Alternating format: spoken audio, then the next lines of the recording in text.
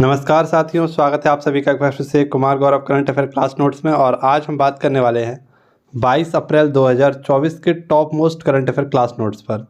और इसके साथ साथ आप सभी को पता है कि आज से हमारी मैदान सीरीज स्टार्ट हो रही है, तो आज हम मैदान सीरीज पर भी बात करेंगे।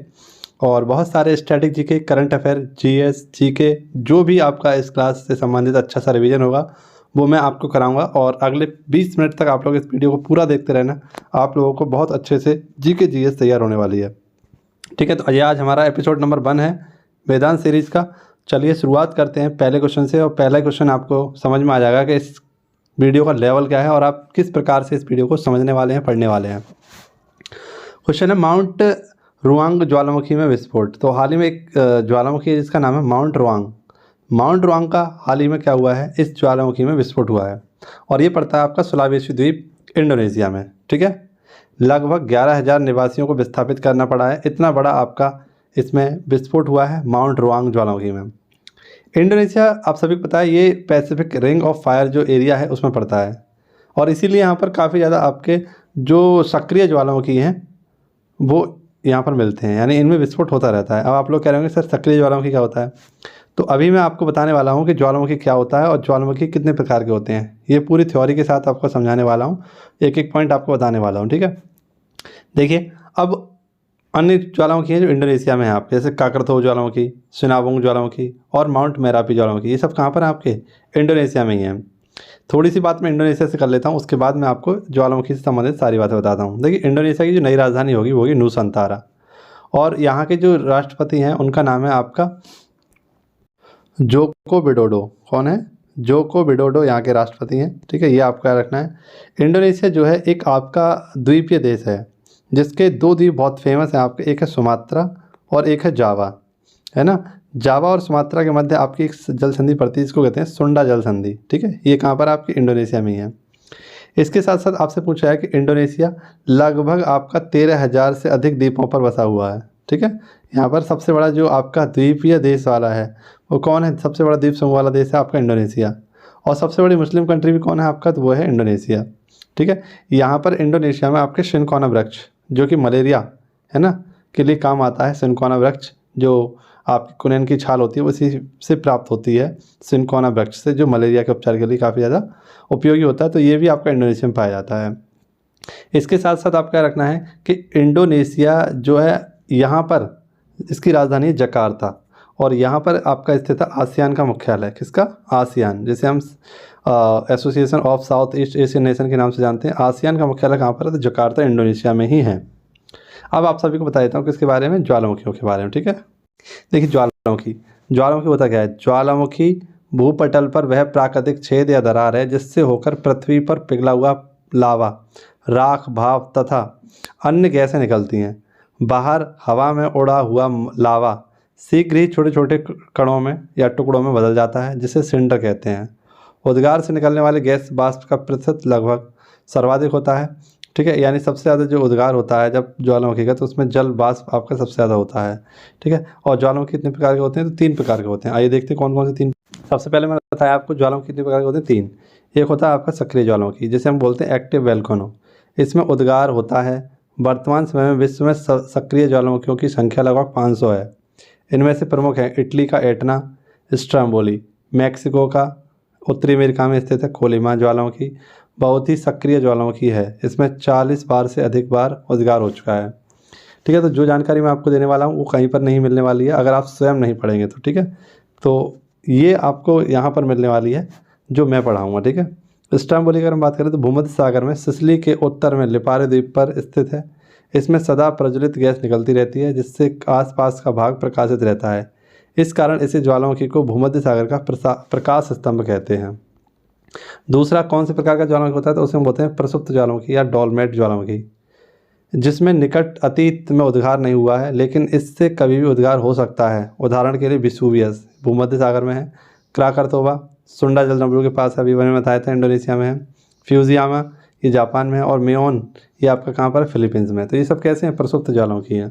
ठीक है, यहाँ पर आपको ज्वालामुखी भी पता चल रहा है, कहाँ पर है ये भी पता चल रहा है और किस प्रकार का है ये भी आपको पता चल रहा है। ठीक है, नेक्स्ट देखिए शांत ज्वालामुखी। शांत ज्वालामुखी या इसे हम शांत ज्वालामुखी या इसी को हम किस नाम से जानते हैं, तो मृत ज्वालामुखी के नाम से भी जानते हैं, ठीक है। वैसा ज्वालामुखी जिसमें ऐतिहासिक काल में कोई उद्गार नहीं हुआ और जिसमें पुनः उद्गार होने की संभावना भी नहीं है, ऐसे ज्वालामुखी को हम क्या कहते हैं, शांत ज्वालामुखी कहते हैं। जैसे कोह सुल्तान एवं देव मंदिर ईरान में है, पोपा ज्वालामुखी म्यांमार में है, किलिमंजारो ये अफ्रीका में है और चिम्बरांजो ये दक्षिण अमेरिका में है। तो ये वे ज्वालामुखी हैं जिनमें कभी भी उद्गार नहीं होगा आपका, ये शांत ज्वालामुखी है, बहुत समय पहले इन पर उद्गार हो चुका था। सक्रिय ज्वालामुखी का अधिकांश प्रशांत महासागर के तटीय भाग में पाया जाता है।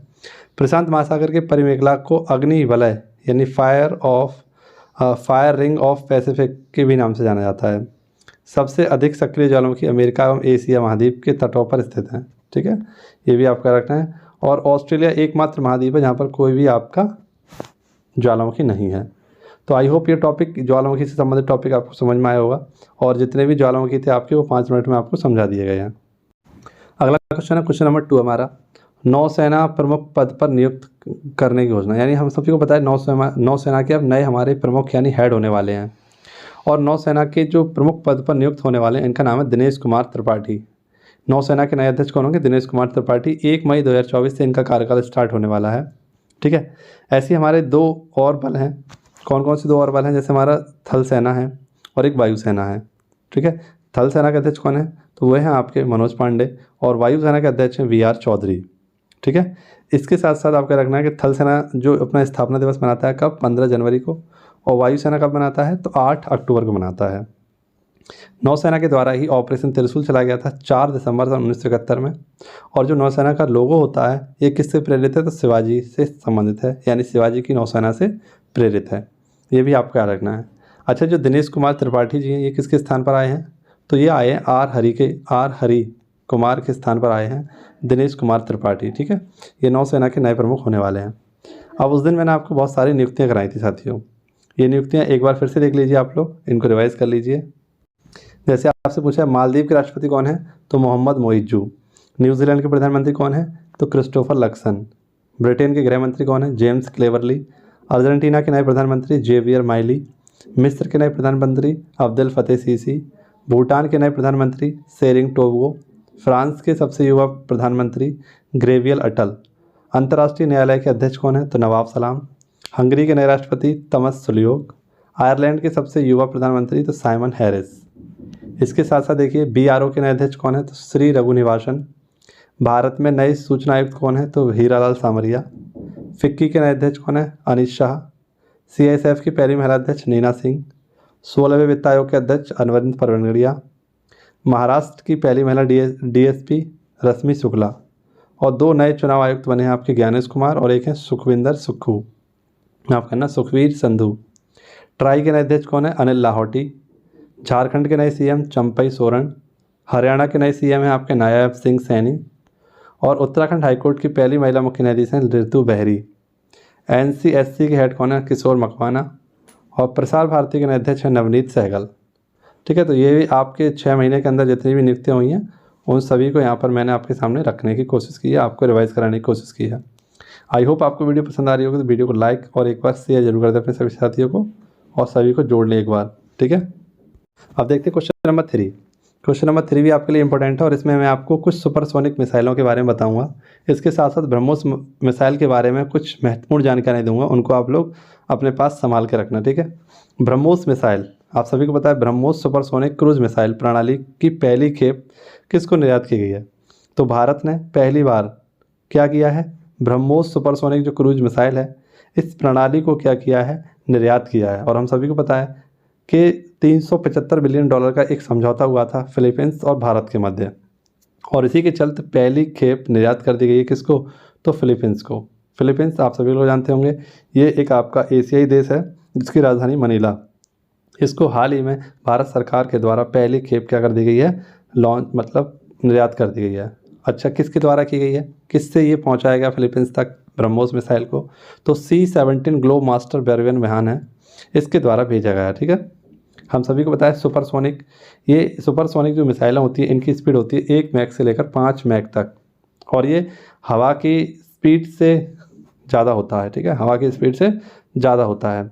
यानी हवा की स्पीड के बराबर ही हम कह सकते हैं। और जो ब्रह्मोस सुपरसोनिक मिसाइल है इसकी जो स्पीड है वो 2.8 मैक है। कितनी है? 2.8 मैक।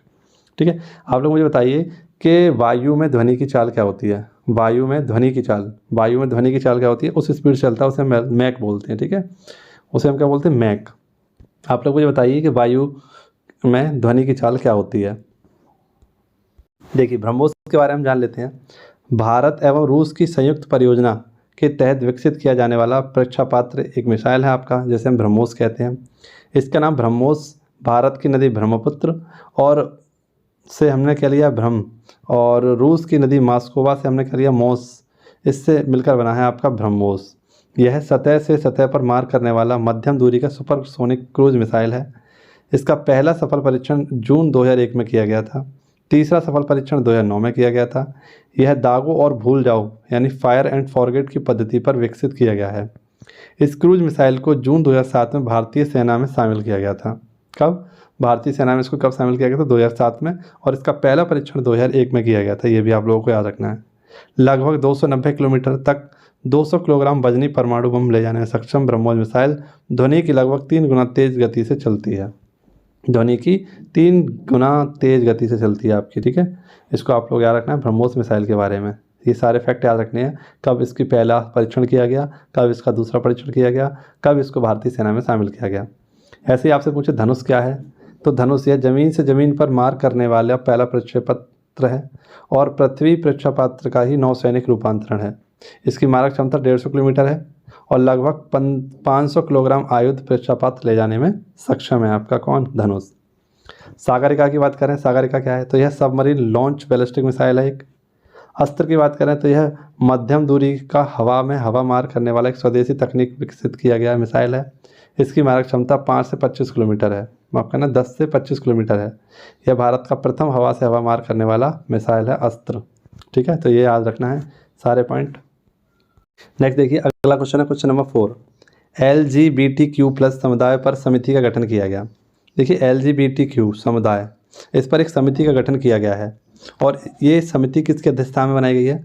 तो राजीव गौबा समिति, यानी राजीव गौबा के अध्यक्षता में राजीव गौबा समिति बनाई गई है। अक्टूबर 2023 में एक केस आया था आपका, सुप्रियो चक्रवर्ती केस, और इसमें सुप्रीम कोर्ट ने 2-3 से अपना फैसला दिया था, जिसमें बताया गया था कि समलैंगिक विवाह को भारत में अभी भी मंजूरी नहीं दी जा सकती है। ठीक है, तो कौन सा केस था? वो आपका सुप्रियो चक्रवर्ती केस, LGBTQ। और यहाँ पर इसी से संबंधित, यानी LGBT जो Q आपका समुदाय है, उस समुदायों से संबंधित कुछ विशेष कानून बनाने के लिए इस समिति को बनाया गया है। ठीक है, इस पर जांच करने के लिए इसको बनाया गया है। देखिए, LGBT की फुल फॉर्म होती है L for lesbian, G for gay, B for होता है आपका बाइसेक्सुअल, T फॉर ट्रांसजेंडर और Q फॉर होता है क्यूरिंग। ठीक है, तो ये क्या होती है? ये विशेष रूप से आपके कुछ समुदाय होते हैं। ठीक है, उन्हीं के लिए अध्यक्षता के रूप में क्या बनाई गई है? एक समिति बनाई गई है, जो इसकी अध्यक्षता कौन करेंगे? राजीव गौबा। अब देखो, समितियों की बात आई है तो कुछ समितियां हैं आपके लिए। वैसे तो आपने बहुत सारी समितियां पढ़ी हैं, लेकिन मैं आपको कुछ महत्वपूर्ण समितियां जो आप जिनकी स्थापना और उनके कार्यों के बारे में उनको जानना चाहिए आपको, उनके बारे में बताऊँ। जैसे पहले आपकी समिति आपकी सैंडहर्स्ट समिति 1925 में आई थी आपकी, और ये आप क्या रखना है, इसके अध्यक्ष कौन थे? तो एंड्रयू स्किन। और किसके शासनकाल में आए थे? रीडिंग के शासनकाल में। भारतीय सेना का भारतीयकरण पर विचार करने के लिए इसको बनाया गया था। बटलर समिति 1927 में आई थी। हरकोर्ट बटलर इसको लेकर आए थे, यानी इसकी अध्यक्षता कर रहे थे। इरविन के शासनकाल में देसी राज्यों व अंग्रेजी सरकारों के बीच मध्यम को विचारों को देखने के लिए साइमन आयोग, आप सभी को पता है, 1927 में गठन हुआ था। साइमन इसके हेड थे और इरविन के शासनकाल में आया था। 1919 के अधिनियम की समीक्षा हेतु इसको बुलाया गया था। नेक्स्ट था आपका लिलिथको आयोग 1928 में, लॉर्ड लिलिथको, इरविन के शासनकाल में, और कृषि संबंधित समस्याओं के विचार के लिए आया था आपका लिलिथको। नेक्स्ट है आपका हेटले आयोग 1928 में, लिंड्स आयोग 1929 में, और भारतीय वैमानिक आयोग 1929 में फिलिप हरगट के स्थान पर आया था। नेक्स्ट आपसे पूछे सप्रू समिति, इंपॉर्टेंट है। सप्रू समिति 1934 में आई थी। तेज बहादुर सप्रू इसके अध्यक्ष थे और वायसराय कौन सा? उसमें वेलिंगटन। बेरोजगारी समस्याओं को देखने के लिए, बेरोजगारी की समस्याओं की समीक्षा के लिए इसे गठित किया गया था। भारतीय परिसीमन समिति 1935, लॉरी हैमंड। ठीक है, और निर्वाचन क्षेत्रों की व्यवस्था के लिए आया था। राष्ट्रीय योजना समिति 1938 में बनाई गई थी, जवाहरलाल नेहरू अध्यक्ष थे और आर्थिक योजनाओं से संबंधित थी आपकी राष्ट्रीय योजना समिति। क्रिप्स आयोग 1942 में स्टीफर्ड क्रिप्स अध्यक्ष थे, ललित गोखले के शासनकाल में आया था। भारत के राजनीतिक गतिविधियों को दूर करने के लिए इसका गठन किया गया था। कैबिनेट आयोग 1946 में पैथिक लॉरेंस इसके अध्यक्ष थे, बेवल के शासनकाल में आया था और भारतीय सत्ता हस्तांतरित करने के लिए इसको गठित किया गया था। इम्पोर्टेंट है आपका दुर्भिक्ष आयोग 1943 में सर चार्ल्स वुड के द्वारा बंगाल के अकाल के कारण उस पर लगने वाले जो भी महत्वपूर्ण कार्य थे उनसे संबंधित था आपका दुर्भिक्ष आयोजन। सर्जेंट आयोग 1944 में जॉन सर्जेंट की अध्यक्षता में बेवल के शासनकाल में आया था और शिक्षा के विकास हेतु इसका गठन किया गया था। अगला क्वेश्चन है आपका 16वां विश्व भविष्य ऊर्जा शिखर सम्मेलन। तो 16वें नंबर का है विश्व भविष्य ऊर्जा शिखर सम्मेलन और ये कहाँ पर होगा आपका अबू धाबी में। कहाँ पर होगा? अबू धाबी में। ठीक है, किसके द्वारा कराया जाएगा? तो फ्यूचर एनर्जी कंपनी है एक, इसके द्वारा इसको आयोजित कराया गया है नवीकरणीय ऊर्जाओं को बढ़ावा देने के लिए और जीवाश्म ईंधन का कम उपयोग हो सके उसके लिए इसका सम्मेलन किया गया है। ठीक है, अब जैसे मैं आपसे बात करूं COP28 ये कहाँ हुआ था आपका? UAE में हुआ था और इसके अध्यक्ष कौन थे? सुल्तान अल जावेद। US जापान अमेरिका शिखर सम्मेलन कहाँ हुआ? वाशिंगटन DC में। क्वेड 2023 जापान में, G7 2023 की बैठक जापान में, G20 2023 की बैठक भारत में, ब्रिक्स 2023 की बैठक दक्षिण अफ्रीका में और इंटरपोल 2023 की बैठक यानी कि 91 नंबर की जो बैठक थी वो आपकी वियना ऑस्ट्रिया में हुई थी। ठीक है, तो ये भी आपको याद रखना है। देखिए अगला क्वेश्चन आपका क्वेश्चन नंबर 6 है और आधुनिक इतिहास के लिए बहुत ही अच्छा टॉपिक जो मैं आज इस क्लास में या इस क्वेश्चन में आपको कवर कराने वाला हूँ। तो पहले हम लोग देखते हैं हमारा क्वेश्चन क्या है। तिरंगी बर्फी और धलुआ मूर्ति वास्तुशिल्प का संबंध किससे है? तो हाल ही में तिरंगी बर्फी और धलुआ मूर्ति शिल्प धातु को क्या दिया गया है? GI टैग दिया गया है। उत्तर प्रदेश में वाराणसी को ये क्या दिया गया है आपका? GI टैग दिया गया है। ठीक है, देखिए तिरंगी बर्फी के बारे में जान लेते हैं। तिरंगी बर्फी क्या है?